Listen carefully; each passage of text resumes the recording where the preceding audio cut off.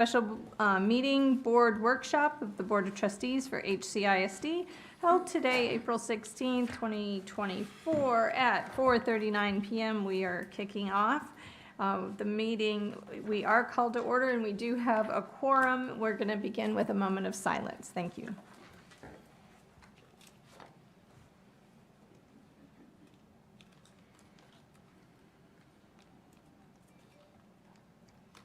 Thank you. And now for the Pledge of Allegiance, if you'll join me by standing and saying the pledge. I pledge allegiance to the flag of the United States of America and to the republic for which it stands, one nation, under God, indivisible, with liberty and justice for all. Thank you. Dr. Corton, will you present the administrative report? Yes, ma'am. Madam President, board members, Dr. Gonzalez, administration, and audience. This afternoon, we are coming forward with a follow-up from a previous presentation that we had shared at one of our Transforming Teaching and Learning Committee meetings. And so I'll first of all start by thanking everybody for the feedback. As you know, in our organization, feedback is a gift. And oftentimes, that's going to be our guiding factors whenever we're coming in with new innovations. And so previously, we had come to discuss some innovations that we were looking at for the high school, at the high school level. And so this evening, as we present, I'm actually going to be accompanied by several of our directors and senior team members. But I'll start by saying that as you look at the title of the presentation, we're looking at how we're going to inspire students at the high school level. In our district, we have jumped into blended learning, and one of the biggest lessons that we've learned in blended learning is that you always have to have time to make sure that kids have academic ownership. And so today's presentation is not any different than that. As a matter of fact, when you think about blended learning, you empower students to have a big say and a big part of the academic journey that they're going to be creating. So if we go to our next slide there, I'm going to talk a little bit about our commitment to students. I'm not sure who has the clicker. Maybe somewhere up there. Got it. Okay. So commitment to students. In our district, and when we looked at all of the innovations in high school, one particular word kept coming up over and over and over, and that's inspire. As we look at all of our programming, particularly at the high school, and as we're sharing some of these innovations with you today, our entire commitment to students is all about how do we inspire them so that by the time they leave here, they have a plan for post-secondary.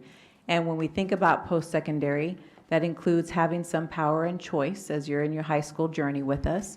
But the state talks a lot about college, career, and military readiness. In our district, we choose to add that, change that just a little bit because we want our students to be college, career, and or military ready. So when you think about the trajectory of each kid, it has to be very individualized. And part of our commitment to students is that by the time they leave here, they're going to know exactly where they're wanting to go for their next step. The other thing in our district is that we have been a district of choice. And so you think of all of these different avenues that our students can take part in. That has been a wonderful part of our programming. And so this evening, as we come forward, I just want to reiterate our commitment to students as we look at continuing that entire tradition of choice. We also want to make sure that our students realize that they're going to leave here college, career, and or military ready. So this evening, there's a few topics that we're going to cover with you. First of all, we're going to come back and follow up on the GPA policy. We had shared some of that with you at our last meeting.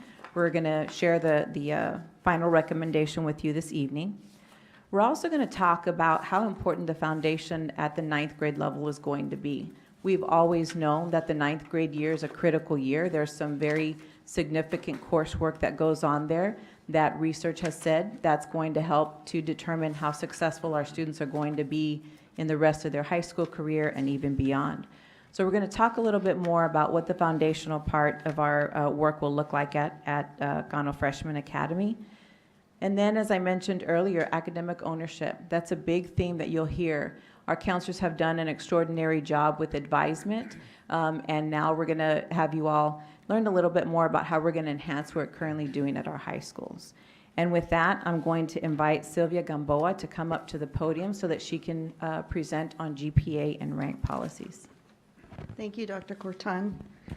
Good evening, Madam President, Dr. Gonzalez, Board of Trustees, audience, and administration. So for our GPA, we are looking at our commitment to fostering academic excellence and as well as overall achievement. So we understand that in order to do that, we need to celebrate our students who are challenging themselves by going above and beyond and taking rigorous courses and advanced courses as well. So in order to do this, what we would like to propose is moving towards thank you, you got that, that's good. Moving towards a three-tiered GPA weighted system. So we believe that this three-tiered system will encourage our students to go above and beyond and take that academic, those courses, going above and beyond, I apologize, and also creating that, that culture of going above and beyond and honoring and celebrating those students. So currently we have a two-tiered system. So we have our standard courses under the 4.0 weight, and we have our AP dual, pre-AP, and honors courses that are currently under a 5.0 weight. So the proposed grade point system we're looking at is a 3.0 grade, a three-tiered grade point system, which has our standard courses at a 4.0, our pre-AP and honors courses at a 5.0, and then of course our most rigorous courses at, which are AP dual and on-ramps courses at a 6.0. So again, celebrating our students who challenge themselves by taking these academic courses that are advanced and more rigorous, and also understanding that those courses really require additional effort and expertise in order for our students to be successful. So in celebrating our students and recognizing them for going above and beyond, we also want to encourage all students to go above and beyond. And so in doing so, again, allocating the additional weight for the AP dual and on-ramps courses. So at this time, Mr. Kevin Garcia is also going to speak a little bit more on how this will affect our AP exams and our AP courses. Thank you, Ms. Gamboa. Good evening, Madam President, Superintendent Dr. Gonzalez, senior team, and members of the audience. In addition to celebrating students with creating a three-tier system for GPA, we also want to highlight our students who are performing extremely well in AP courses, but also solidifying that performance at the end of the AP course by receiving criterion scoring on the AP exam of 3 or higher. The current system in universities that accept AP across the nation is that they kind of approach credit based at the university by identifying where a student received credit on the AP exam. So for example, if they received a 3, typically universities will give 1 credit for a course. If they received a 4, they might give 2 credits towards courses.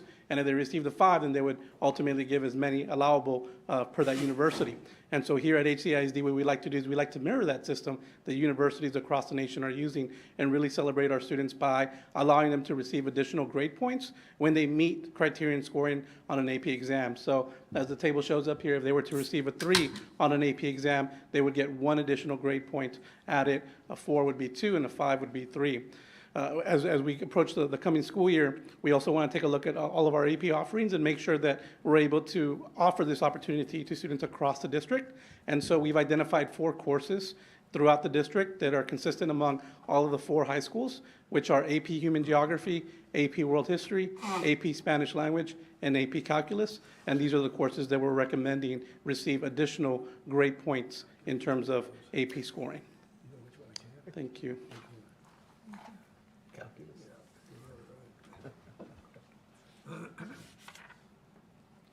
As Mrs. Gamboa comes up here, when we started thinking about the importance of Dr. Cano Freshman Academy, and I would say all 9th grade classes, freshmen have a very unique need. They are leaving behind their middle school experience and jumping into high school. And so in our leadership model, we very often come back to this whole sense of belonging. Because when kids have a sense of belonging, and I would also say adults, when there's a very strong sense of belonging, boy, can you do some pretty magical things because you're confident enough to go places that you never thought you were going to be able to go. And so I'm going to hand it over to Mrs. Gamboa so she can talk a little bit more about sense of belonging and how we're wanting to create that. Thank you. So we do understand that those two critical aspects for student success is a sense of belonging, and that includes that connectedness to our campuses, but also instilling in our students and building their emotional intelligence. So when we're looking at supporting our students at the 9th grade and also beyond, we understand that to boost that student success, our students have to feel connected to their campuses and everyone at that campus. So that sense of belonging is very important. And as we work with our students to ensure that sense of belonging, we also want to work with our students with regards to building their emotional quotient. We understand that that skill set of the emotional quotient domains of self-awareness, self-regulation, motivation, empathy, and social skills are pivotal for our students for that academic success. But also beyond academics, it's very important for them as they meet life's challenges, whether they're academic challenges or personal challenges, that we're supporting our students and that we're building that emotional intelligence in our students. And again, bringing in that greater sense of belonging. When we look at the students, for example, at Gano, I know Dr. Cortan mentioned how pivotal that 9th grade year is. We want to take that deep dive of emotional intelligence into the career and technical education courses. Those are the principles courses in the 9th grade. So in those classes, we will be embedding emotional intelligence curriculum into that coursework so that those students will be able to take that deeper dive. Also considering, pre-K through 12, we are all working on emotional intelligence, but at that pivotal stage in 9th grade, we want to make sure that we're giving them that support. And we want to make sure that when we look at a sense of belonging, that those students do feel connected. Because as we mentioned before, if students are not feeling connected, it makes it very difficult for them to be successful. And their success we're looking for, again, is not just academic success, but we want them to have personal success. We want them to have those social emotional health, and we want them to do well for any of their post-secondary endeavors. At this time, I believe Ms. Dalia Garcia is going to be mentioning the redesignation of Dr. Gano Freshman Academy. Good afternoon. Much of the research out there indicates, when we look at some of the research in terms of 9th grade, much of it indicates that 9th grade is such a critical and challenging year, but it's also one of the best, strongest predictors of a student's academic success as they journey into high school. Currently, Gano is considered a high school, but services only 9th grade students. Our high schools service 10th through 12th grade students. And so when we look at the way that these high schools are classified across the state of Texas, there's a little bit of an inequity with Gano servicing only 9th grade and our comprehensives servicing only 10th through 12th. Our aim is to redesignate our students that are currently at Gano. They will remain at Gano, but we're looking at redesignating their coding to their comprehensive high schools. So Harlingen High and Harlingen High School South. Again, just redesignate their coding. They're already classified in the system as Golden Navy, so students are already familiar with the Golden Navy aspect. This is just coding them in the system so that there's a more equitable comparison across the state of Texas to true high schools that service 9th through 12th. Again, Gano only services first-time freshmen. Our high schools are 10th through 12th. In the accountability system, I know they look at high schools in general and have a comparison there. At the same time, we look at that sense of belonging that Ms. Gamboa spoke to, and fostering that in the system will create more of a sense of belonging and will enhance their connection that they have with their high schools. So here's the other thing before we move on from sense of belonging. So, and Dr. Gonzalez is probably going to want to jump in here. So one of the things that we've been looking at, when you think of sense of belonging, our kids that go to Gano Freshman Academy, they have them for 1 year. And so just as soon as they're setting all of these great systems into place, then they jump over into the next high school. So part of our work is that really we're wanting to create more synergy between Gano Freshman Academy and our two comprehensive high schools. And what that can look like, and that's one of the things that we're working on for this year, is that with Mrs. Trevino and Mr. Amaya, being able to sit in a gym and Mr. Amaya gets to meet his incoming 10th graders prior to the school year, that's a great way to connect and have that sense of belonging. We would do the same thing with Dr. Reyes from South, but it's really how do you look at sense of belonging and how do we create systems where our kids at Gano Freshman Academy, yes, they're going to be Navy or Gold, they're part of that campus, but they also have to understand they're part of a bigger organization that they're going to matriculate into the following year. So Dr. Gonzalez, I don't know if you want to chime in and add anything there. No, first I'll say that we're very proud of the staff at Gano. We met with the teachers there this morning, 7:30 this morning. We had a faculty meeting with them. And if you look at their data looks solid. So you know that the teachers are doing their very, very best to provide students with a quality education. But anytime you start to work those kids into the denominator, now you look at Mr. Amaya and Dr. Reyes being on campus just yesterday, and you can see that there's more ownership there in knowing that their students and how they perform is going to be directly related to how the overall organization at HHS and South performs. So it was nice to see Mr. Amaya there with this massive sense of belonging and really looking at his students as scores coming to him. And then also Coach Gomez and Izzy Gonzalez were there too, so it was nice to see them. We had our senior team meeting there, so we were there yesterday. So I think that Gano has a lot of potential. Academically, the teachers are doing what they need to do. Administratively, everybody in this room is doing our part with regard to discipline and order to make sure that everything is standardized and structured there. So we're proud of the student body, but I think these adjustments will definitely make us stronger. And sense of belonging isn't unique just to the Freshman Academy. We're also working with Mrs. Romero because as a 5th grade parent, one of the biggest anxieties you have is, oh my kid is going to middle school and who am I handing them off to?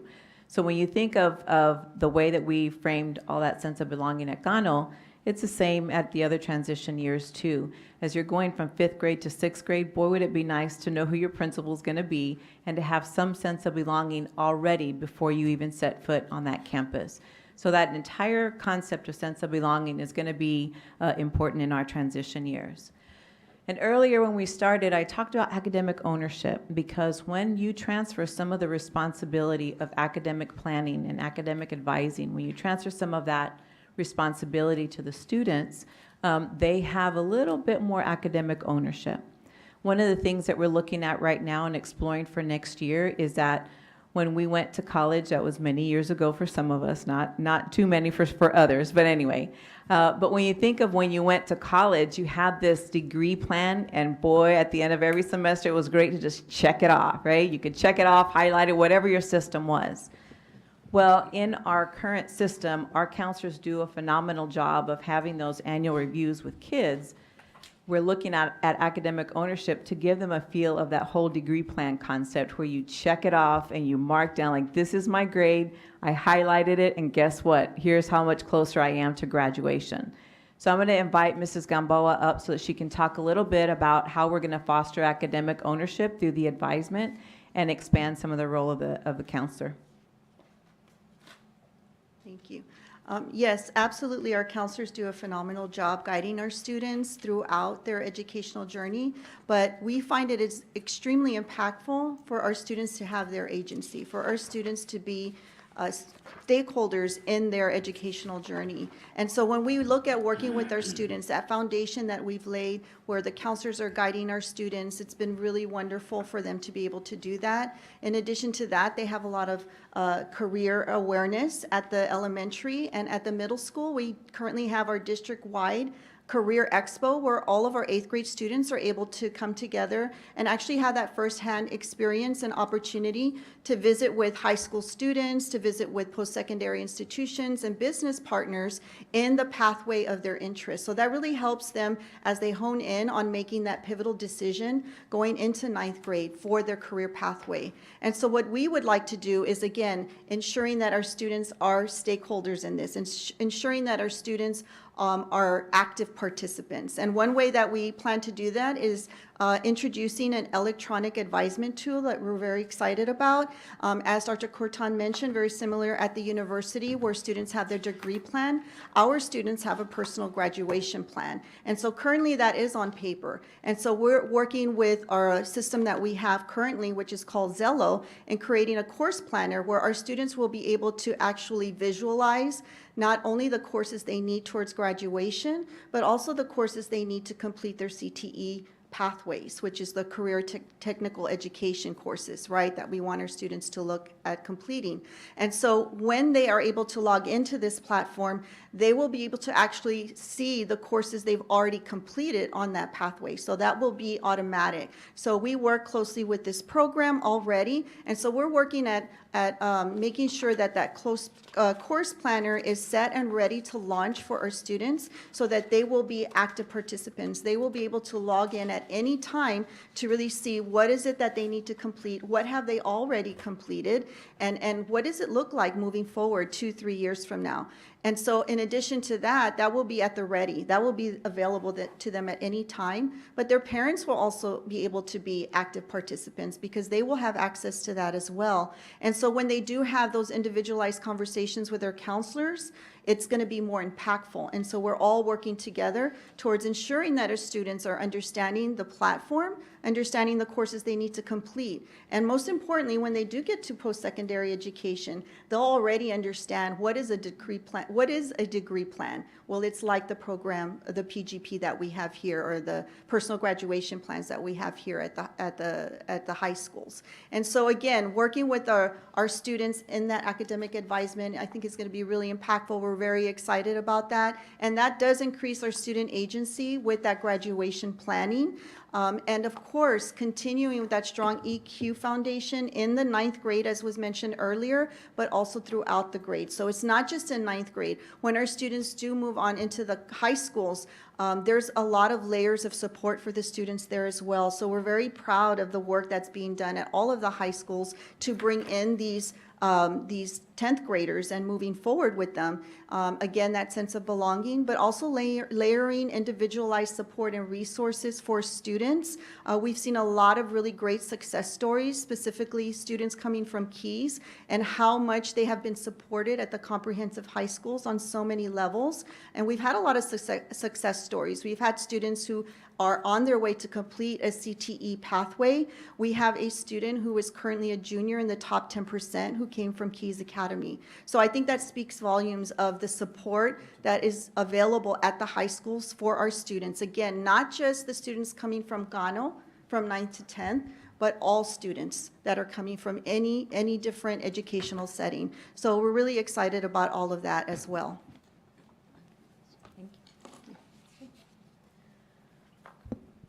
So looking at our next steps, we will bring forward the proposed GPA and rank policy and the international travel policy during the upcoming policy and audit committee meeting. And of course, we will continue to work on the communication package for all of the changes that we will be seeing across the high schools. And we will plan and we will roll it out to our community. Thank you. And with that, Dr. Gonzalez, if we don't have any other topics here, we're going to jump into questions and conversations. Great, thank you. Thank you so much for the concise overview of a lot of important topics. So thank you so much. I'm sure we have some questions. Mr. Leal. Yes, Madam President, thank you so much for the update, the presentation, and just it feels like it's been an ongoing building to this point to a program I think that we can really be proud of. I especially love 3-tier GPA to reward the kids for challenging themselves, earning additional points for AP testing. I have a question on AP testing, though. We're specifically awarding points for 4 designated AP tests, right, Mr. Correct. Garcia? So we offer more than 4 AP courses. Correct. If there's some demand, let's say, for instance, there's a group of kids at HHS that really want to take a certain AP course, are we offering that? And it's only taught at South. Can those kids be taken to South to take that, if there's enough interest there? Is there a way to make that happen? Where we're There's definitely- offering the same to all of our kids? Yeah, there's definitely the possibility. I think probably the better approach would be if there's a certain amount of students at that campus who want AP, we'd probably be better off creating that AP course at that campus, On right? campus, To yeah. allow for students to take it, to avoid any logistical issues. But I think that absolutely, for any courses where students want to. In fact, I know for like dual enrollment courses, sometimes kids transfer between both high schools because one high school might offer it in the fall and not in the other, and so they travel between both. So it is definitely a possibility. And so I just wanted to make the point clear to families that are concerned with that, to communicate with us, so that we can make things happen. Absolutely, and I think overall, as a district, we're really trying to build a stronger AP culture where students are able to take those courses, and even if we don't have it, this coming school year, and if there's enough interest, there's nothing to say that we can't bring it to the district, because we know that any AP course is going to be rigorous. It's going to prepare students to matriculate to university and have a strong foundation, and it's going to give them college credit in the end, and we know that that's dollars saved for our parents and for our students. We know that's time saved where they can invest in other classes or take other electives in college, so it's a win for everyone, but we definitely look at all the possibilities, and we're willing to go in that direction. Awesome. Well, I appreciate hearing that, and I also point out that our graduating, our college grads who visited our campus over December, almost to a person pointed out to their AP experience and their dual credit experience in high school as more rigorously preparing them for success in college. And so, that's a wonderful program, and we need to continue to communicate that to all of our kiddos. Absolutely. Also, I'm appreciating the sense of belonging, the making sure that our kids feel connected to their comprehensive schools. I think as you go along this path, I'm not ready to be the guy flying the flag for this right now, but at a certain point, we're already in blue and gold. At what point are we just going to allow them to wear the South colors or the Harlingen High School colors? To feel connected to their school. I think if it's a team, if it's a UIL team, if it's a group that's just Kano, they can wear the Ravens badge. But at a certain point, I think it would go far to that sense of belonging to let them wear the red and white. Yes, sir. Or the orange and green. We agree. Yeah, We'll so work on that. that's something to look at. Yes, sir. And on the degree plan, I'm 100%. I still have nightmares today about waking up 6 hours short to graduate. And where did I go wrong? I told my parents were coming to graduation, so having that at your fingertips is perfect. And I'm sure, Mr. Leal, your parents had the same kind of anxiety, so that's why we're giving access to parents as Yes, well, right? So they too absolutely. can be part of that whole Hey, system. guess what? You're 6 hours short. So, yeah. That Great. is so Awesome. true. I can't tell you how many times I asked my son near graduation, are you sure? Are you sure? Show it to me, prove it. No. Any other questions? Mr. Powers? Well, I think it's fantastic what you're doing. I love the tier system. It's going to encourage kids. If they want to be number 1, number 2, and 3 in the class, they're going to work a little harder, but it's going to make them better. And I think it's going to make all of our students better to take these more difficult courses. It'll prepare them much better for college and to succeed. I think that's terrific. Also, when Ricky said it, Dr. Gonzalez and I were just talking about the color thing. I just think, if we're good, I love that concept that you're talking about, starting with, 9th grade, their allegiance and their loyalty to their home campus. And, we've had the blue and gold, but I think it'd be great that if you want to build that pride and that loyalty, that they start wearing the green and gold and the red and white. So, thank you. A great program, great ideas y'all are doing. I don't know, Sylvia, I don't know how you do it. Every month you have a different program, and I don't know how you have time. Do you work all day and all night? Because you're working on so many, with so many great projects. So thank you both for all you're doing. Kevin, great job. Thank you. Thank you, Mr. Powers. Mr. Jemez, or? Well, everything I had questions about, they've already been asked, but I just want to thank you all for your intentionality and your leadership in getting this done, not just setting up our students just for success, but rewarding those that are kind of, doing more through that 3-tiered system. So Like Greg and Ricky said, appreciate the work put into all this. And I'm also with the school color. Yes, sir. Yeah. Thank you. Everybody felt the same way. Dr. Pettis, I'm not going to put you on the spot, but if you do have any questions, please just jump in. I wanted to just say that I too appreciate the work that went into this. There's been a lot of discussion and thought, and it shows. And so we really, really appreciate that.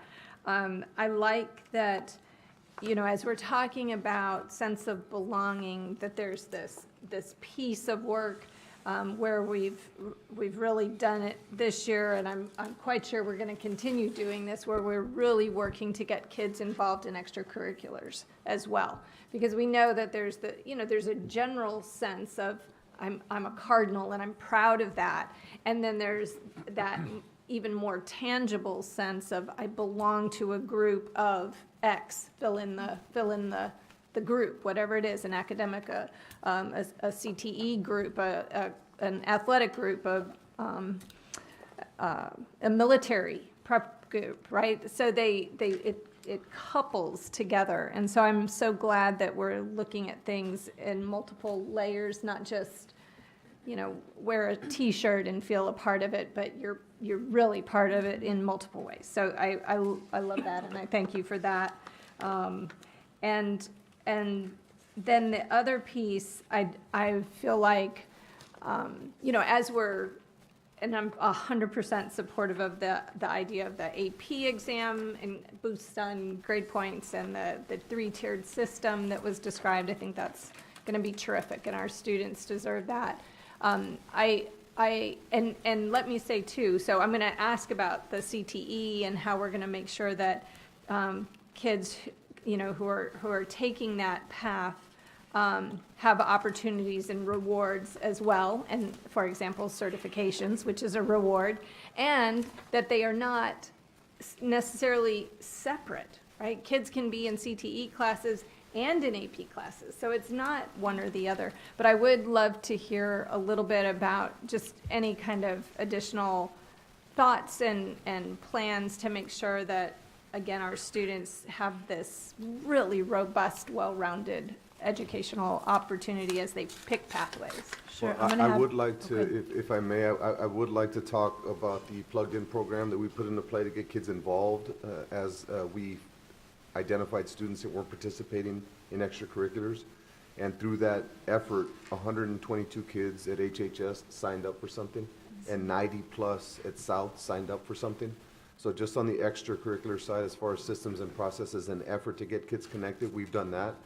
As far as CTE being important to us, that's one thing that we're marketing strong, and you're absolutely right. A kid can take CTE courses and AP courses. We just want to encourage kids and encourage families to choose our most rigorous paths, and when they do, to get rewarded for that, so that we don't have issues with our AP courses making. We're going to have issues now with extra sections. That's the issue we're going to have, or that there's not a shortfall on the number of kids taking AP exams. Now there's going to be a line of kids wanting to take AP exams. So real proud of that as we put systems in play to encourage that. But we will continue to be innovative and creative. I know the one that's getting a lot of attention right now is the aviation program, and we have ideas right now. One thing, I've been at Gano for the last couple of days for extended periods of time, and one of the things that's been coming up often is a lot of children saying they're interested in the oil field. So what we want to do is we want to get with the oil field to start to ask questions with regard to what are the high demand, high wage jobs in the oil field, where we can start getting kids an advantage, whether it's pipe fitting, whether it's welding, whatever aspect of what the oil field is looking for. And I know there's even a big part of culinary arts. If you look at the Permian Basin and how many meals they're preparing for the workers, breakfast, lunch, and dinner. So there's opportunities there in business too. So yes to all of that, and just trying to work with Dr. Alvarez and the team to make sure on the CTE side that we're as creative and innovative as we can possibly be. I know that in welding, we want to get kids involved in the actual competition side of welding, and not necessarily just welding plates together, but we want to start competing at the fairs and getting barbecue pits and getting deer blinds and getting all the things that these kids can build. So I think that's one where we're gonna really improve upon. And then very interested in underwater welding, so we're looking at what we can do around underwater welding. Interested in getting kids a boat captain's license, that's something that we're entertaining right now. We're even looking at a way to build a fishing team. I know up in North and Central Texas, they have fishing teams. They're freshwater fishing teams. But here, if we can get a group of districts around the area right up the coast to compete with us, and we can start that too. So those are just some of the things that we're thinking about right now on top of everything else the team has already done. Someone bring a Geiger counter to work today? Instant feedback. Oh, it's not a Geiger counter? Thank you. Yeah, hopefully. It's the Russians. Thank you for your comments. Thank you.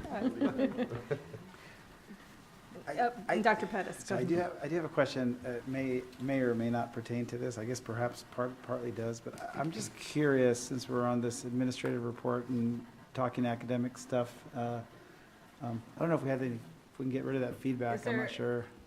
Yeah, you're Some hearing sort it. of Okay. feedback. But anyway, I'm just wondering, Dr. Cortan or Dr. Gonzalez, whoever can answer this, what percent of our students, and I'm not talking these three tiers vis-a-vis the ranking and the GPA. I'm talking sort of the three tiers in terms of instruction, in terms of quality instruction, right? So high quality, and I guess it's targeted, and then intensive kind of instruction. What percent of our schools of students in HCISD, let's talk secondary, I guess, because that's where all our focus is these days, right? But what percent of our kids are tier 1 versus tier 2 and tier 3? Do y'all have any idea on that? Not right off the top of my head in percentage points. And let me see if I understand this correctly, because I think we can certainly follow up. I don't want to misspeak and give you bad numbers, but is it looking at like how many kids are taking AP courses? How many kids are? So how many kids would be yes, taking, high quality, instruction courses, whether that's AP or not, Right. versus their tier 2, they're on sort of a structured, sort of a targeted plan to get them back where they need to be to get into grade level or mastery and everything else, versus the intensive, which is they're really falling behind, that kind of stuff. I mean, that's the TEA definition, designation, tier 1, tier 2, tier 3, that we're. Yeah, and we're tracking that right now with our value-added progress monitoring. So it depends on the course. Mathematics may have a different distribution, but we're identifying kids that are struggling left side, and we know the exact number. We can get that to you. Right. We know the master level kids, and we know the kids that are at meets in the middle. That's what's really strengthening our program, is we're incorporating our Reteach and Enrich program based on how students is performing in a given topic on a given objective. So you may understand something at a very high level, and we're going to enrich you to take you to greater heights. And I may not understand the very same concept, and I'm going to re-taught a different way. We have all those numbers, but they fluctuate based on objective. So we can give you those numbers, and then we can give you the numbers of students that are taking AP courses and pre-AP courses and dual enrollment courses. So we can do it by course, and we can do it by academic performance. We have both. And Dr. Gonzalez, real quick, the Transforming Teaching and Learning Committee meeting that's coming up, we are going to talk a little bit about value-add progress and value-added progress monitoring and what that's looked like, because that will give you a really good sense of where the students fit in the different tiers. It's super interesting because it just gives you a bird's eye view of where every campus is at, and then globally, we know where our district is at. So we can follow up with some of those numbers in our admin report, and then bring that to you all at our next Transforming Teaching and Learning Committee meeting. Sure. No, I mean, I think it's just important to know that, Sure. so that you kind of can know where to target your interventions and where to target the opportunities, and where, because there's some students that you might sort of, put them in a path to success by knowing where they are, and then being able to target them in a certain way as a result of that. But if you don't know where they sit, and then also knowing if some of the buckets are too high a percentage, well, that's problematic too. It means that we're maybe not doing something right over here. And so I think I mean, y'all are kind of doing No, that you're, already, but. you're spot on, Doc, Yeah. and that's one of the things, and we're very proud of our content specialists. We have 4 content specialists at the secondary and 3 content specialists at the elementary, and that's specifically what they do by content, and they look at their data and they train our teachers. This year, we brought them out during the instructional day to target Tier 1 based instruction. So you're spot on with regard to exactly the approach that we should take and the approach that we're taking, but our content specialists are just knocking it out of the park. And I know we recently just hired our elementary science and social studies content specialist, and they're rock stars. It's one thing to be able to teach, but it's quite another to be a teacher of teachers. Sure. So we have the right fit with our content specialist. Thank you. Thank you. Mr. Garcia, do you by any chance know the percentage of our students taking AP or pre-AP courses? No, we don't have a comprehensive report yet. Okay. But yes, there is a Yeah, way for us we to can run get that. every single student in an AP or honors-based course, take out duplicates and unique identifiers, Yeah. and give you an exact percentage of how many kids are represented. But one of the things, our hypothesis is that based on this three-tier model that we're putting into play, there's gonna be an increase in the number of kids taking Well, that's the AP goal, courses. to get more, this is the nice thing about this, is just organically. Measure it. Organically, it's gonna direct more students, it's gonna incentivize more students to choose a Tier 1 path, which is, yeah. Yes, sir. Thank you very much. Okay, let's move on now to public comments for agenda topics, if we have any.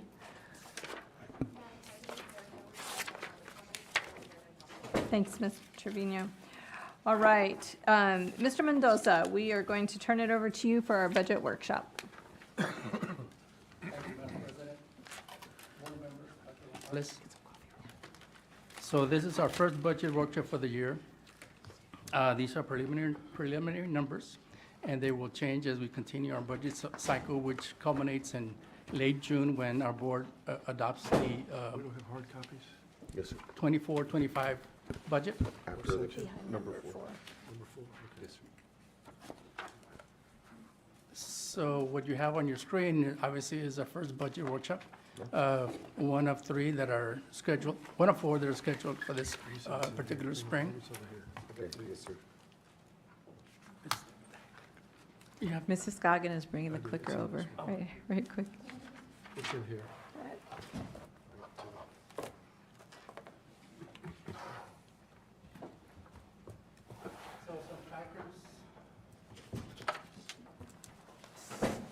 Some factors impacting fiscal planning for the 24-25 budget are as follows.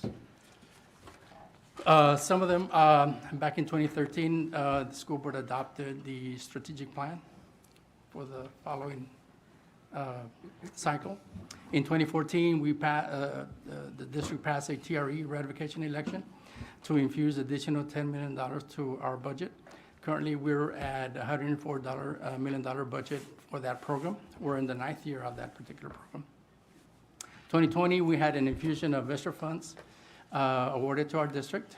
Our district allotment totaled just a little bit over $90,795,000.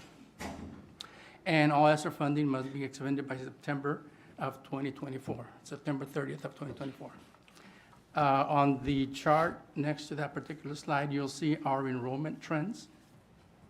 The highest enrollment being in 2015, 2016. And later on, I'll give you exact number for that particular year of enrollment. So, overview of our current budget. So there's 3 funding sources, right? Local sources, state sources, and federal sources. So the first section, we have our estimated revenues from local sources, the bulk of it being from taxes, okay? Our current tax rate is 93.52 cents. Our estimated property values are 5.3 billion. These are preliminary values received from our Cameron County Appraisal District. Our yield per penny is just a little bit over 533,000 for our district. So our estimated tax revenue is just a little bit over 39,854,832. In addition to that, we have also budgeted just a little bit over $1 million in delinquent taxes. Other local revenue, just a little bit, $4 million. The bulk of that is interest from our investment pools and gate receipts and other fees induced for our district. Total local sources is 44.8 million. That's our local revenue. Our state revenue is comprised of our student population, primarily our projected refined ADA. Refined ADA, we're using 14,900, which is our current ADA for our district for the current year. That translates to 126 million of state revenue. We have other state revenue of 184,000.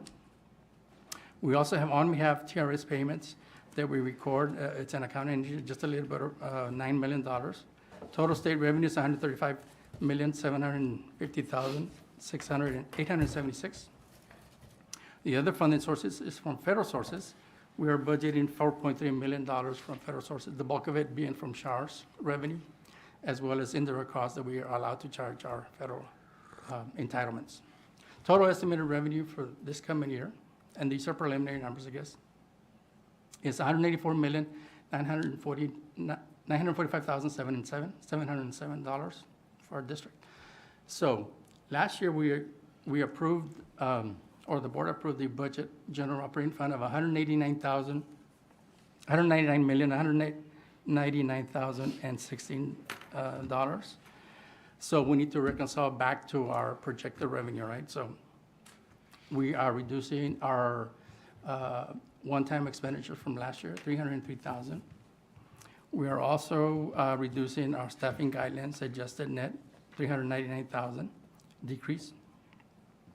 We also decrease our central office operation reduction of 5% of their operating budget, just a little bit, $800,000. We are increasing our budget by $960,000 for new positions. That include, those positions include our content specialists, positions at our student outreach, our student support director, to name a few. In addition to that, the aviation program, we're allocating $200,000 for that program. Our Guardian program, we're allocating $1 million. Our cheerleading and dance program, we're allocating $350,000 for those two programs. And we're charging indirect costs to our food service program in the amount of $370,000.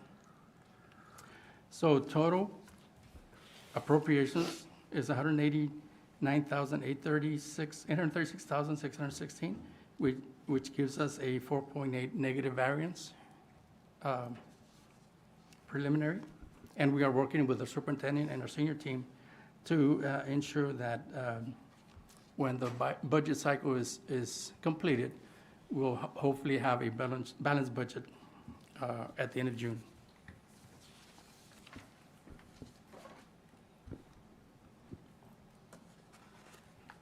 Next slide. So some budget reduction strategies that we've researched and we can use as well this coming year. So we need to review our software and other subscription services to determine the need in the district and eliminate overlap of services. That's one area. So a review of our overtime for our hourly employees. That's always an area that we need to look at.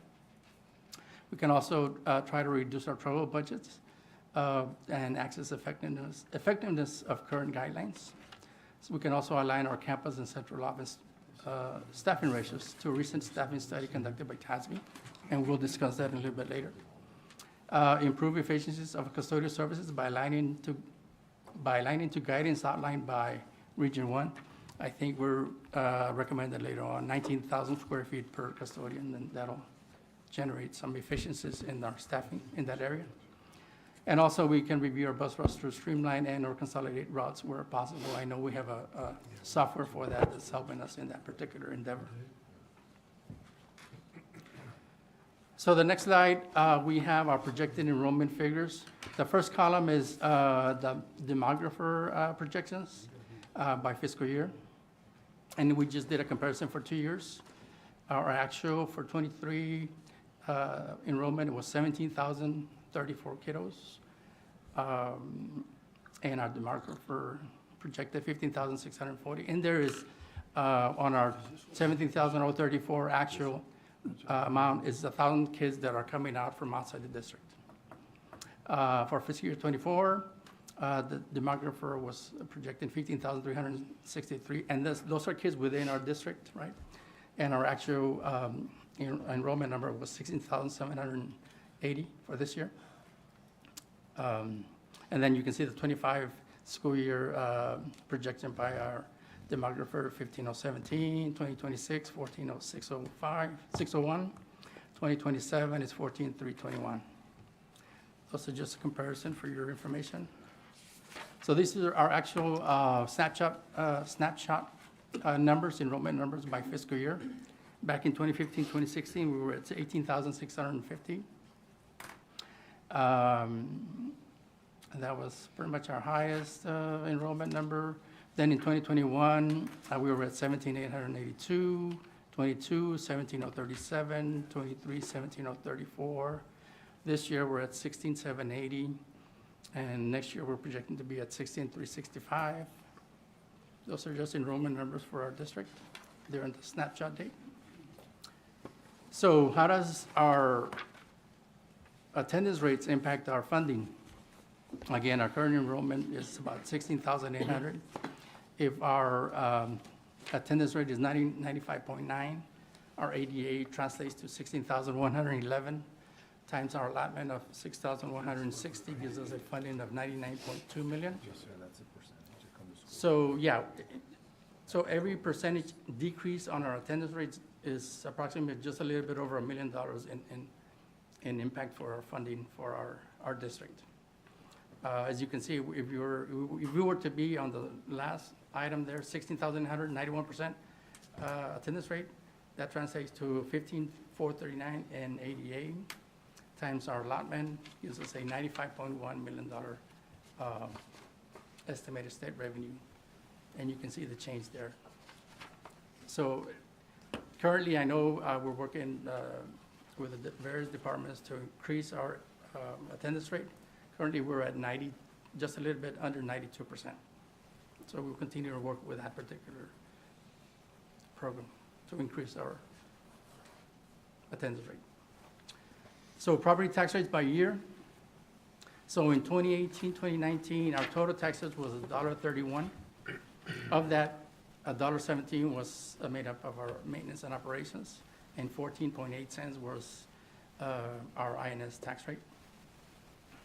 In 2019, 2020, we reduced our tax rate down to 121 as part of our tax relief from the state. We reduced it by 10 cents. Our M&O rate was just a little bit over $1.06, and our INS remained the same. In 2021, again, part of the tax relief, we reduced our total tax rate by 4 cents. Again, our M&O tax rate decreased from 106 to $1.02. 21-22, we had another decrease, just a little bit over a penny and a half for our district. Our total tax rate was $1.15. Our M&O decreased from $1.02 to $1.0082 cents. In 2023, there was not that great of a change of our taxable or property values from one year to the next, so our tax rate remained the same. So then this year, 23-24, there was a big decrease in our tax rate. We decreased our tax rate by 22 cents. Of that, 77.2 cents is comprised for the maintenance and operations. Our INS tax rate increased a little bit to 16.3 cents. Our total tax rate is 0.9352 for this year. Again, part of that 22-cent decrease was a 10-cent mandated by the special legislature this past summer. And the other was an additional tax relief because of compression. Okay. So property tax revenues is the next slide number 10. So for 2025, the very first part of that section, the highlighted in yellow, is we're looking at our enrollment of 16,800. The next number is our taxable value of 5.3 billion. That's about a 3.7%, 17% increase from prior year. To that, we multiply our total tax rate of 0.9352. Gives us a total tax levy of $48,848,745. To that, we subtract our frozen values, 990,000. Gives us a net actual value, actual levy of $48,858,745. To that, we break it down between the maintenance and operation rate and also our interest and sinking rate. So our maintenance and operation rate is 0.77 cents. We multiply that to our levy. Our levy for maintenance and operations is just a little bit, $40,342,946. In addition to that, our levy for interest and sinking is $8,515,799. So of that, our collection rate is 98%. So we take our 98% collection rate. Now our local revenues for maintenance and operations is $39,536,087. And our debt service anticipated collection rate for current taxes is $8,345,483. The bottom section is our debt service. We're projecting a bond budget of $9.2 million for interest and sinking. Of that, we should be collecting $8.3 million in local property taxes to service our debt, $175,000 in penalty and interest, additional IFA funding of $62,000, additional EDA funding from the state of $268,733, which gives us a total revenue budget of $8.1 million, which is gives us a negative variance of $347,846. Again, these numbers are preliminary, and we'll be refining those numbers as the budget process goes along. So in 2023, our TASB provided a staffing study, and some of the findings are as follows. So student enrollment and personnel. So HCISD back then has seen a 7.6 decrease in enrollment the past 5 years, and total personnel has decreased 4.2 during the same period. Teacher ratios per 1,000 kids has increased by 3% over the past 5 years, from 68.3 teachers to 70.4 teachers. Support staff, the ratio of support staff per 1,000 students has increased by 11% over the 5-year period, from 14.6 staff to 16.2.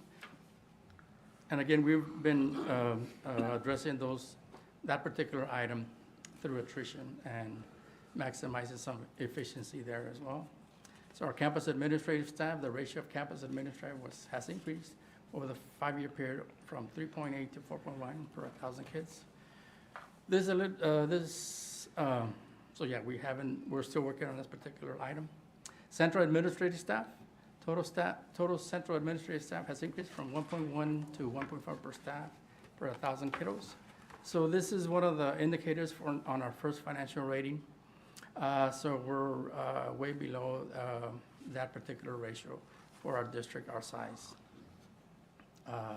Educational aides, the ratio of educational aides decreased by 2.7% from 18 to 60. And again, we've exercised some efficiencies there as well. And auxiliary staff saw an increase from 49 to 50.7 staff per 1,000 kids. Again, we've exercise some efficiencies there through attrition in those particular 2 items.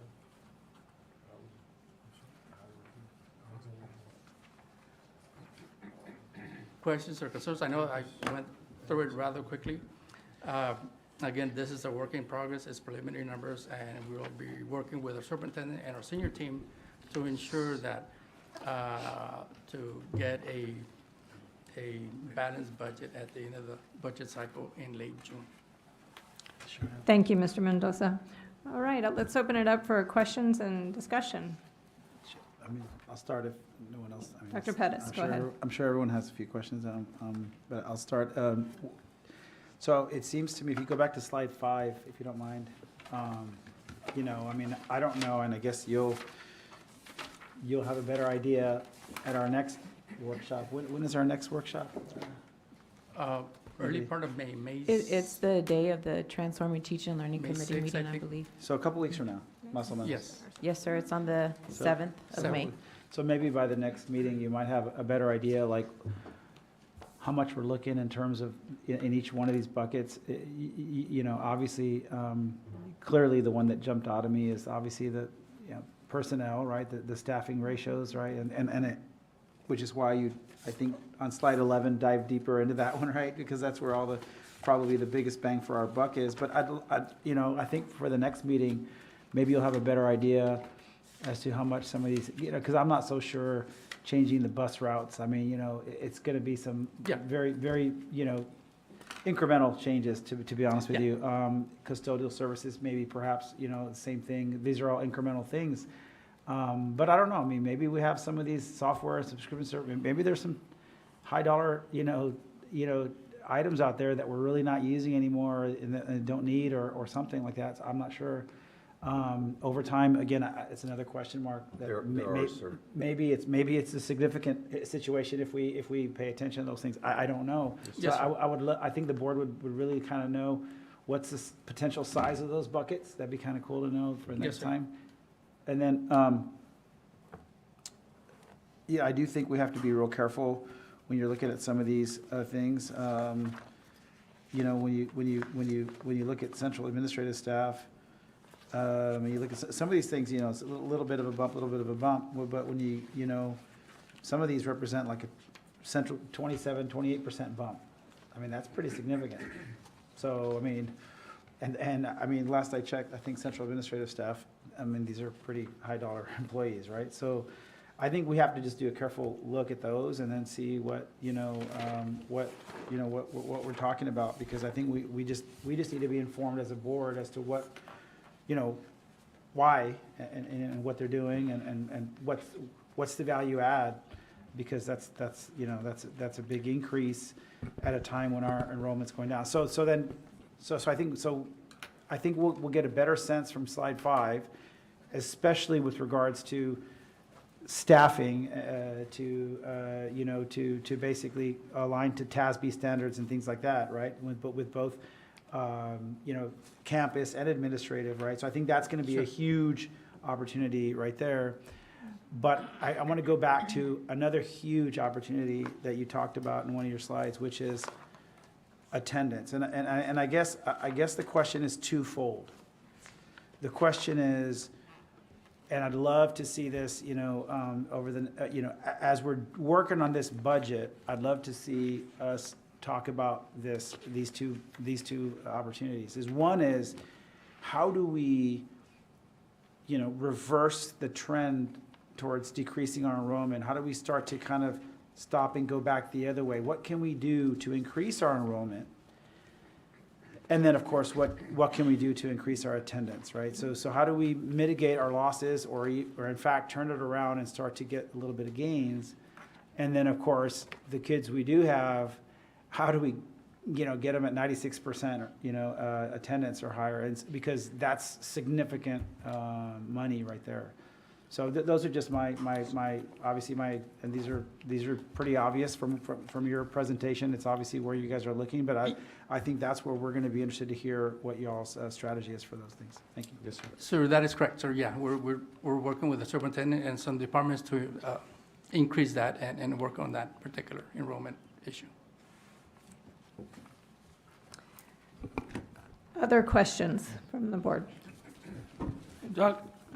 Gonzalez, can you give, and I don't know if you can, but just kind of an update on, I know when you came in, you talked about, strategically, trying to increase enrollment, Yes, sir. kind of put it in a game plan. Where Yes, were sir. we on that? Well, one of the things is now we have a division for student outreach. So Juan Rodriguez, Javi, Mr. Lara, they're the key individuals that are now going out and setting up shop at flea markets, at Boys and Girls Club, at different festivals, and knocking on doors and doing things of that sort.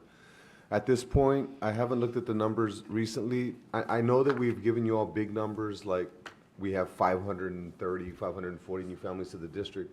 But if you look at it year over year, there may have been 520 the year before. So the difference that I looked at the last time was about 45 to 50 new families, and we attribute that to the effort.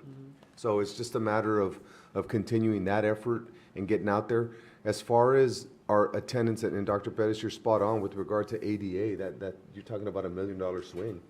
So that's really incentivizing kids to come to school. That's more of a community effort. If your kid doesn't have a fever, they're just not feeling well, you got to send them to school. We got to get to that point. And you know, the pandemic was tough on us, so I think that's really where we fell off. Same is true for teacher attendance. So we're trying to increase all of that, staff attendance, but student attendance is where the money's at. So incentivizing students to come. We've set up attendance trophies. We didn't see much of a turn on that. So it's more incentivizing students and working with families to make that happen. So we're at the very onset of that. Thank you.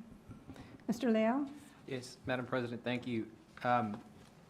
Going back to your, well, slide 5, well, this isn't it, the ratio slide 11. Would it be possible to, because I mean, and each of these bullet points references a ratio. Is there an industry standard on each of these ratios? And it would be interesting for the board to compare our ratios against industry standards for like-sized districts. Just to have that information. Yeah, For the next time. yeah, I believe we have that information, yes, sir. Okay. And on slide 10, there's a reference to IFA and EDA at the very bottom, and those numbers appear to be going downwards over the years. What is IFA and EDA? So IFA is the Instructional Facilities Allotment. That comes from the state? Yeah, that is correct. That's a state revenue source Okay. that we use. It's minimal at this point. And also the EDA is the existing debt allotment. Again, that allows us to fund additional facilities for our district. It's a little help with the state. But currently with our taxable values and our enrollment numbers, Okay. that help from the state has been minimal. For the most part, in a couple of years, if you saw on the first slide, our penny per penny effort is $533,000. Yes. Or, yeah, 533,000. So that means that we get minimal help from the state for those So two values programs. go up, help goes down That is correct. from Austin. Yes, sir, that is correct. And As we're a all prop- getting hit with higher appraisal values. That is correct, yes. As the Every property year. values go up, yeah, the state support is decreasing. That is correct. Okay. And finally, it would be interesting to examine each of the locations that our district operates on a profit and loss basis. And I have lots of sentimental value for everything that we do here in the district, but for data collection and for making good decisions, it would be interesting to know, and I don't know if that's possible this quick, but in the bank, we have profit and loss centers.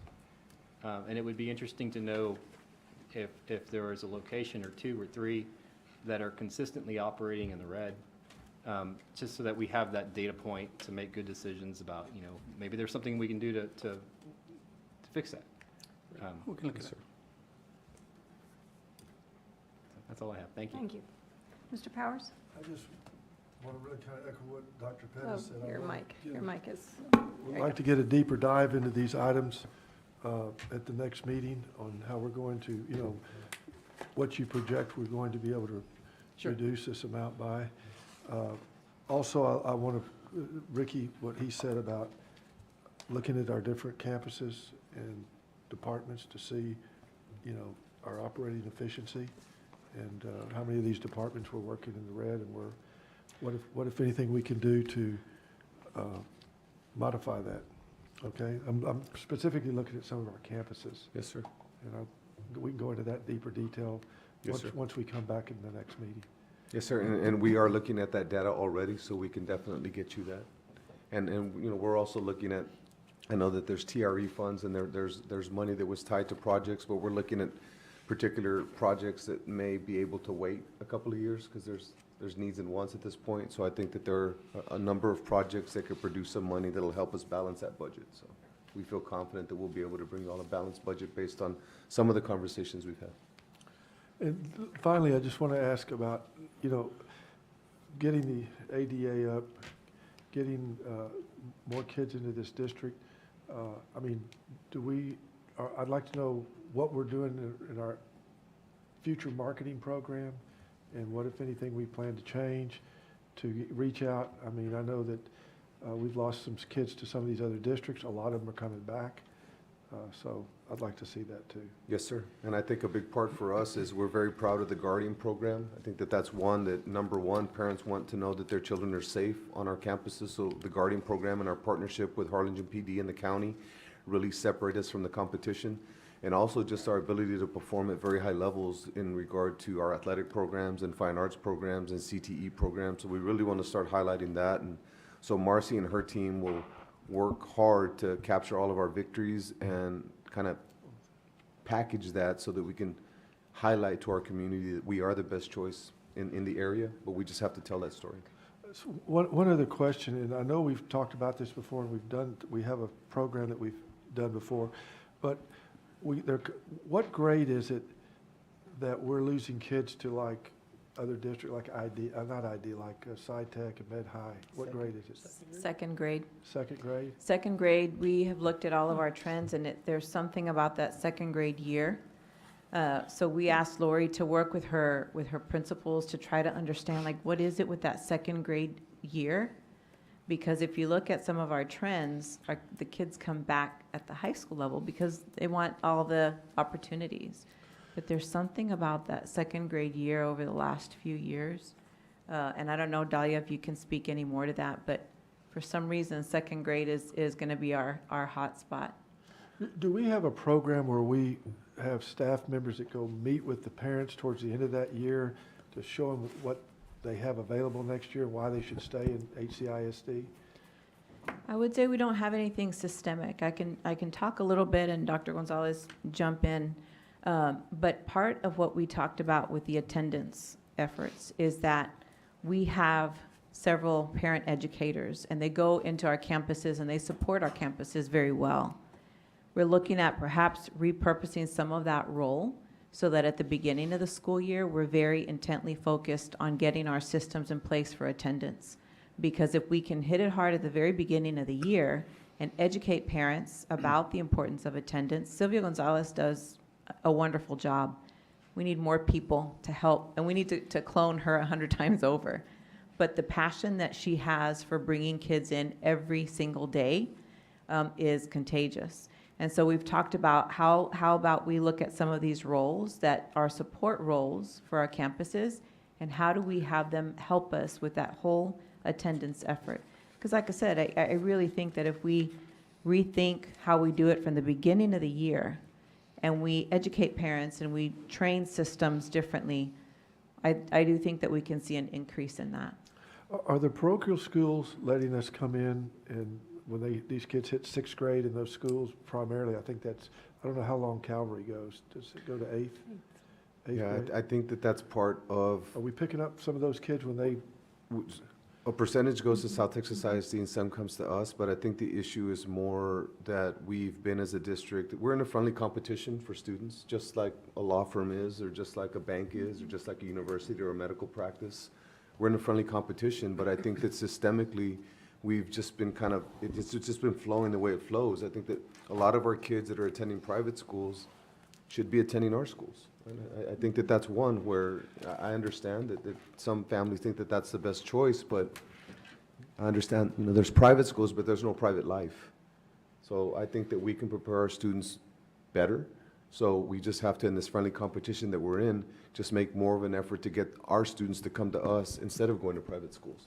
I think we just kind of let that happen over time.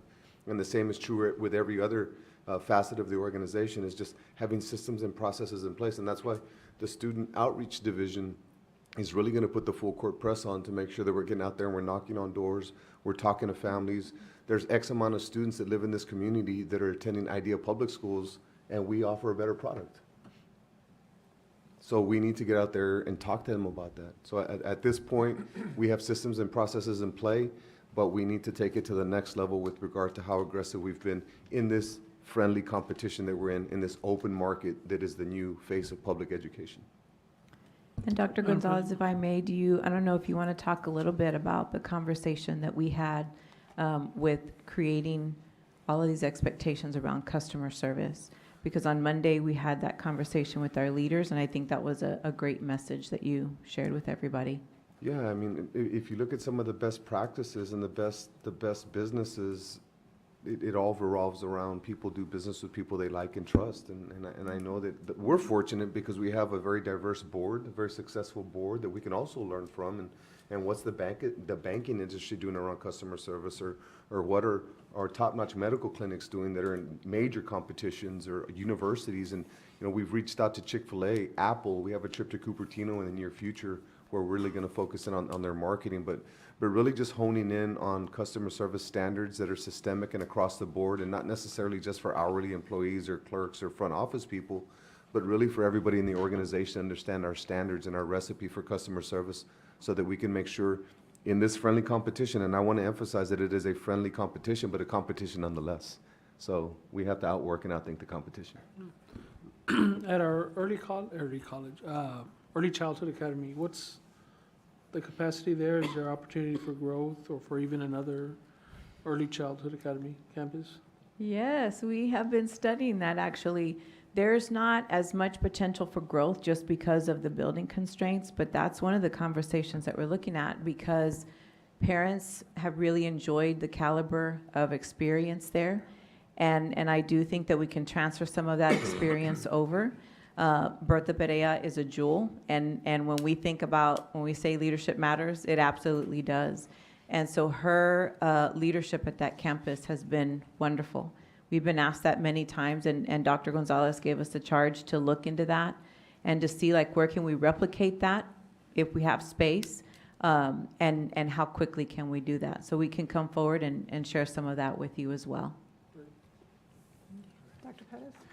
Yeah, so I wanted to ask also, it got me thinking, we were just talking about, you know, enrollment and things like that. I'm just curious if there's any way to get data. I'd be curious to know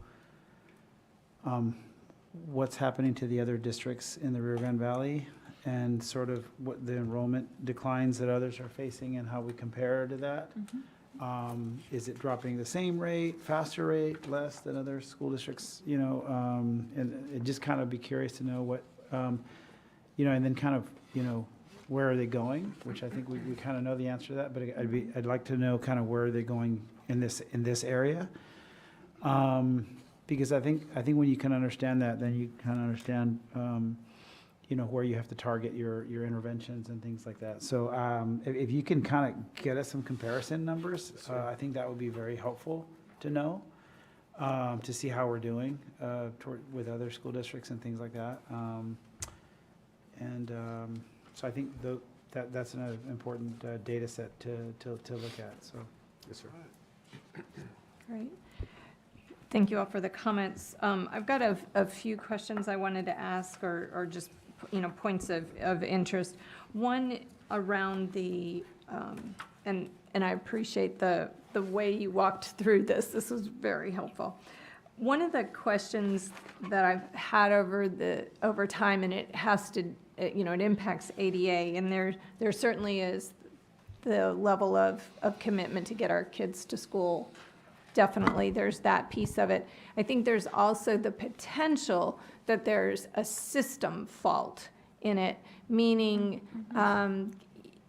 again, I wonder how many of our kids, you know, maybe they're not there at that 10 o'clock hour, but they show up because they went to the doctor in the morning for the dentist or whatever, and now they showed up at noon. Are they still counted absent? Are they not counted absent? Were they excused? Were they, you know, these systems that are in place, and have we double, triple checked that we're doing everything we can to capture the kids, even if they went to, you know, a competition, but then they got counted absent or whatever. So I don't know if you want to speak to that now, but that's something that I always wonder, are we making sure that we get every last kiddo? I think they were in our senior team meeting on Monday, Dr. G. That's what I think. We just had that conversation as well, is that when we look at our systems, we have to dot I's and cross T's, because things like extracurricular activities, we need to make sure that we bring a different layer of checks and balances with that. We have a system, but just the same with anything else, it's a stop, look, and listen time. And I don't know if Mrs. Garcia wants to chime in with attendance, because she leads a lot of that work. Does sound like they're in our senior team meeting. We do have some systems in place to reconcile those records. However, there's always room for refinement. So our team has been investigating more,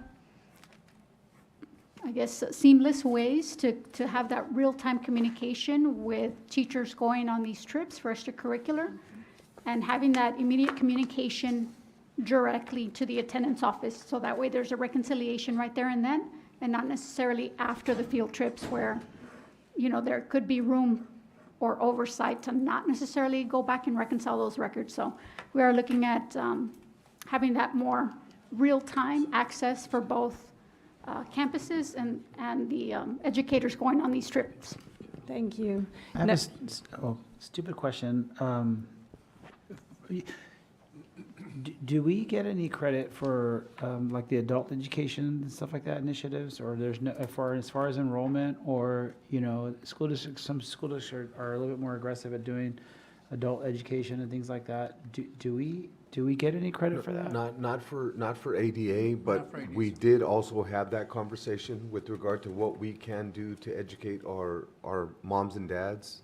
I know that there are Well, districts and that I are was absolutely. also no talking about, you know, kids that are, you know, kind of getting up to 21, 18 to 21 and things like that. We talked about that specifically in the transition program, because it goes to 22 right now. And children that are in that program, usually from there, if their parents are working and they still need services, would go to more like an adult daycare. So we were trying to come up with our own version of an adult daycare, so we can keep our students till they're 25, 26, and that would be something. So we're looking at that. That's a small number of students. I think that's more of a service. I think the bigger issue is going to take our entire community coming together, moms and dads and families just sitting down and commit to coming to school. Because I think what's happened now is kids have become very comfortable staying home, and parents that used to have maybe higher standards with regard to what kept kids home have lowered the standard. So if a kid doesn't have a fever, they need to come to school. If they're just coughing and sneezing, it's allergies, they need to come to school. So I think part of it is us educating the families on just being a little bit more aggressive as moms and dads, to make sure that they get the little ones, especially the ones that don't drive themselves, the ones that depend on mom and dad to get them there. And I know that because of my 4th, 5th, and 6th grader. I'm kind of talking to myself, because they've been absent a couple of times where they didn't really need to. So I'm looking in the mirror on this one. Thank you for those comments. I do have one comment or one curiosity and maybe explanation. So on the, let me find the page. So, okay, yep, it is on page or slide 4. At the top, there's the local revenue of 44.8 million that's coming in from tax collections, delinquent local revenue. And then when I go to slide 10 on property tax revenues, I was expecting to see that number, or maybe the 39 million there. And I don't, so can you just explain it for So- knuckleheads like me? Yes, ma'am. So on slide 10 is the actual current collections for current taxes. On slide 4 is not only current, but delinquent as well.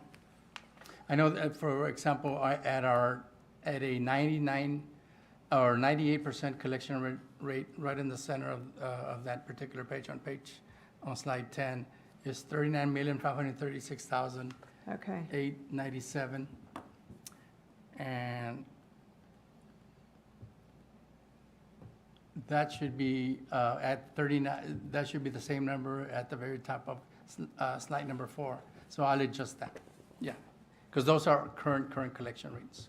Okay, so, okay, but that's right in the middle is where we're getting it. So That is- around 39, okay. That is correct. Okay, I just wanted to understand where Yeah. we're talking. Yeah, Thank you because for on that slide 10 explanation. is only current collections rate, on a current tax rate. Very good, thank you Yes, ma'am. for that explanation. And then, let me see if I had any other.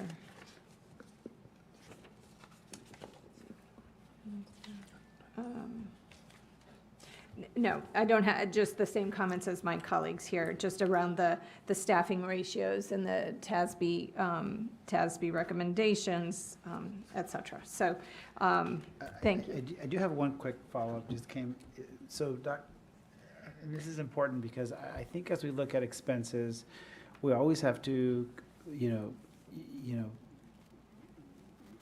figure out are they one-time expenses or recurrent expenditures. I mean, it's obviously very important when you're talking about budgetary, balancing the budget and that kind of stuff.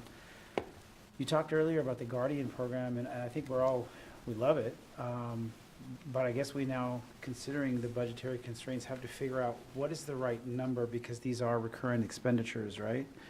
So we have to figure out where is that right, bang for your buck, to where you're really getting that safety piece, and to your point, doing something different than other school districts and stuff like that. But do we really need to have 30 or 24, or I don't know, what is the right number? Because I think there's a sweet spot there where you don't strain the budget, Yeah. because these are recurrent expenditures. And I don't know the answer. I certainly see the value, and I certainly see how it can help our brand as a school district. But I'm just asking the question. I don't know what the right sweet spot is, because these are recurrent expenditures, and we got to be careful with that. Yeah, and we're looking at the sweet spot on the number. The last conversation we had, it was 20. So the other thing to consider is, I know that our partnership with the city is important, and we need that, if you look at Harlingen PD. But we're trying to find the sweet spot with the county, at how much, if we look at how much we're utilizing, and now we have these guardians, so we want to continue the relationship, but at what level, right? So I Yeah. think that there's some savings in there too that we're looking at. So we're looking at all of the above right now. Just a further point on that particular item, sir. We're receiving approximately $600,000 from the state for security services. Got it. Just To offset some of that. Because To it's a offset some of that, mandate, yes. right? No. Sure. Yes. Thank you. Very good. So, tough questions, tough conversations, important work, our most important work to get our, being transparent about where we're headed and what we're doing. Always appreciate the fact that we take multiple steps to go through these budget workshops so that we get the opportunity to ask questions. And just also to recognize that we're living in a system or a place right now where the cost of living to do this work is going up. The allocation from our state has not gone up. And so we're being asked to do more with less. And, we're always going to prioritize our students and our staff. And so these are great discussions, and I appreciate the board and the senior team. Mr. Mendoza, thank you so much for walking through this. So we'll look forward to the next budget workshop. Yeah, and unfortunately, we're not alone. A lot of school districts in the same predicament. Absolutely, and more than we probably recognize, and many for their own reasons pass a deficit budget, which what I heard very clearly is we will find a balanced budget. So that's great. Thank you for that work, hard work. Okay, moving on. We're going to move into adjournment to close our executive session pursuant to Texas Government Code Section 551.071, 551.072, 551.074, and 551.082, the Open Meeting Act, for the following purposes: to discuss employment of teachers and other professional staff, discuss employment of assistant principal, Harlingen High School, pursuant to Section 551.074 of the Texas Government Code, consider and discuss recommendations to propose non-renewal of Chapter 21 term contract of teacher CC at the end of the 23-24 school year. Pursuant to Section 551.074 of the Texas Government Code, consider and discuss recommendations to propose non-renewal of Chapter 21 teacher term contract of Teacher IN at the end of the 23-24 school year. Pursuant to Section 551.074 of the Texas Government Code, deliberations regarding superintendent's contract terms pursuant to Texas Government Code 551.076 and 551.089, discussion regarding school security. We are now in executive session.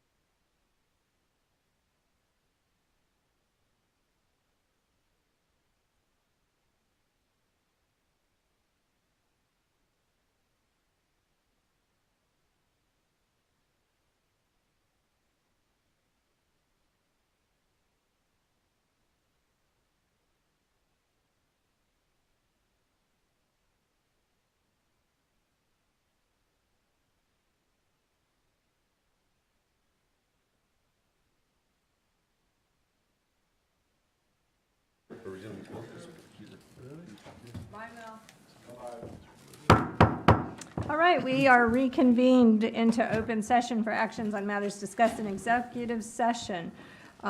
Do I have a motion on item A, please? Madam President, I move approval of employment of teachers and other professional staff as recommended by administration. Second. Thank you. Any discussion? All those in favor, please indicate by saying aye. Aye. Opposed, same sign. Motion carries. On to item B. Do I have a motion for the approval of employment of assistant principal, Harlingen High School? Madam President, I move that we appoint the Assistant Principal, Harlingen High School, as recommended by staff in executive session. Thank you. A second? Second? Great. Okay, any discussion? Okay, all those in favor, please indicate by saying aye. Aye. Opposed, same sign. Motion carries. Thank you. All right, moving on to item C. Do I have a motion, please? Madam President, I move that the board accept the recommendations of the superintendent and move that the Board of Trustees propose the non-renewal of Chapter 21 term contract teacher Carmen Compian at the end of the 2023-2024 school year, and further move to authorize the superintendent to deliver written notice to Ms. Compian of this board action as required by law. Thank you, Mr. Jaimes. Do I have a second? Second? All right, any discussion? All those in favor, please indicate by saying aye. Aye. Opposed, same sign. Motion carries. Moving on to item D. Do I have a motion, please? Madam President, I move that the board accept the recommendation of the superintendent and move that the Board of Trustees propose the non-renewal of Chapter 21 term contract teacher Israel Neely at the end of the 2023-2024 school year, and further move to authorize the superintendent to deliver written notice to Mr. Neely of this board action as required by law. Thank you. Do I have a second? Second. All right, any discussion? All those in favor, please indicate by saying aye. Aye. Opposed, same sign. Motion carries. On to item 6E. Do I have a motion, please? Madam President, I make a motion to proceed on action regarding the superintendent's employment contract as discussed in the executive session. Thank you, Mr. Second Rubio. motion. Thank you. Any discussion? All those in favor, please indicate by saying aye. Aye. Opposed, same sign. Motion carries. All right, thank you. We are now adjourned.